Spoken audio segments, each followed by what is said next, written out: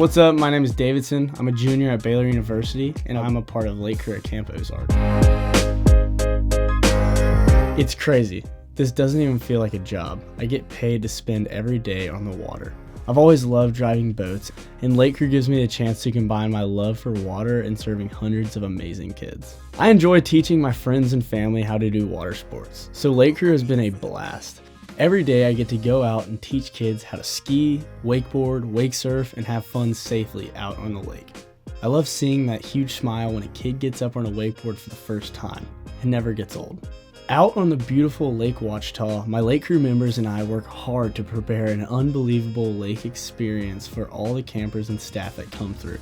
I've become really tight with the other Lake Crew members, and we find new ways to have fun every week. This community is the best thing I could have asked for.